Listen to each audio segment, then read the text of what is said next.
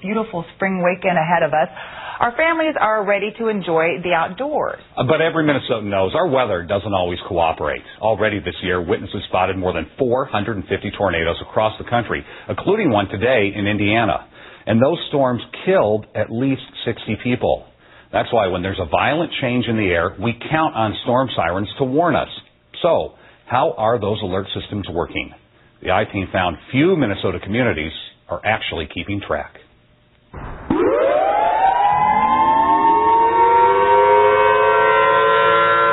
It's the sound we equate with our worst storms.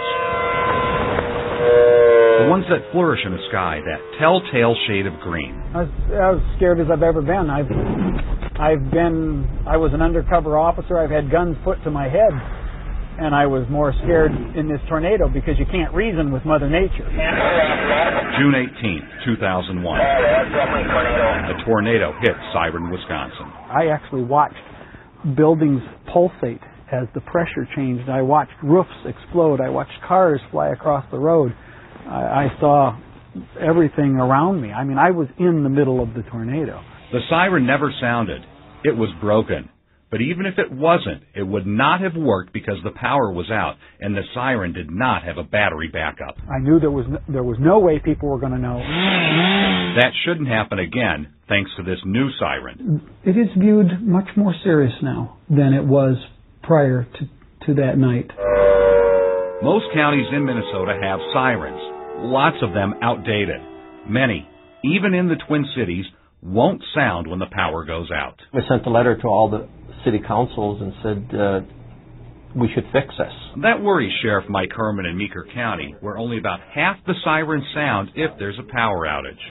I'm not sure if it's a money thing or if it's just not going to happen here. So, the I-Team wanted to know what shape all Minnesota sirens are in. Since most are tested once a month, we thought that would be easy.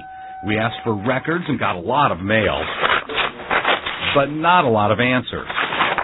WCCO found only 18 of Minnesota's 87 counties keep records showing of siren sound during tests. And during actual storms, the I-Team found just one county keeping track through a two-way system that reports back whether sirens went off. That's Olmsted County, home of Rochester. Well, the advantage is public safety. Sergeant John Turk gets a printout every time the siren sounds. He says record keeping is key. So we're trying to have a maintenance program that we stay on top of to keep everything working properly. History is important.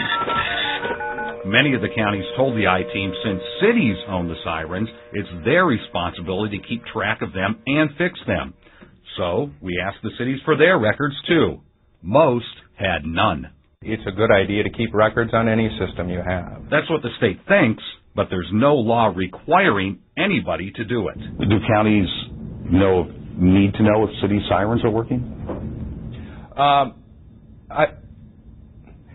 They should know. Sirens are also part of the state's emergency operation plan to warn us of a major disaster. But the state doesn't know if the sirens are working. I think it wouldn't necessarily be practical at the state level. While most communities don't keep records, they claim their sirens do consistently work. Some cities in the metro even use an outside agency to test sirens weekly. Even so, sirens like this one we found on test day in Richfield sometimes fail to sound. And that's why cities like Eagan are going even further to get storm warnings out. Hello? The National Weather Service has issued a severe weather warning. Using an emergency notification system, the city of Eagan can notify families in about 20 minutes if bad weather strikes in the middle of the night. That system costs less than $20,000 up front. What kind of peace of mind does it give you? Well, I think a big peace of mind, as I said, is to have the ability to make notification in a very quick manner. But other communities have a lot further to go. If you're headed north to Lutsen or Bluefin Bay, you won't hear a siren while hiking or fishing. Cook County doesn't have a single siren, and that surprised the state. We'd certainly like to see every county have sirens. If you would like to know how well your community keeps track of its sirens, you can check the list that we've posted at links and numbers on WCCO.com. And I'm sure people would be interested to know why some communities don't have sirens and why others just don't replace the ones that don't work. You know, we talked about earlier, it's money. You know, it's expensive. It's about $3,000 to have that battery backup system, and it's about $20,000 to get the actual new siren. And so it sounds like we really shouldn't rely solely on sirens then. No, absolutely not. You know, there's an element of personal responsibility to the whole thing. Also, the state, national weather service, and of course our own meteorologists all recommend a NOAA weather radio like this one. And we are very happy to tell you tonight that your family can get one like this right now for free. Volunteers from Cub Food are with us tonight to offer 500 weather radios at no cost. In the Twin Cities, you can call 612-340-5540. That's 340-5540. In Greater Minnesota, the number that you should go ahead and call this evening is 1-800-542-WCCO. That is 1-800-542-WCCO. And after the first 500 are gone, Cub has teamed up with us to offer more for just $29.99 in most Cub Food stores. And the nice thing about that is a $20 saving off the regular price. So just look on the display that you see right there with our WCCO meteorologist in most Cub Food stores, and you should be able to find it. And we mentioned it too. You know, that was an outdoor system that was all it was ever designed for. Right. You can tell it's kind of antiquated. Never meant to be heard indoors. It's for outdoor use only. But a lot of people have come to rely on the sirens. And as you said, you need multiple safety nets. And these are powerful weather radios. This is the cheapest life insurance you'll ever buy for your family. The problem is the late night tornadoes. They're rare, but they happen, and they produce a disproportionate number of deaths and injuries. So again, $29.99, and what's great about these radios, they have something called same technology, which means you can plug in just your county.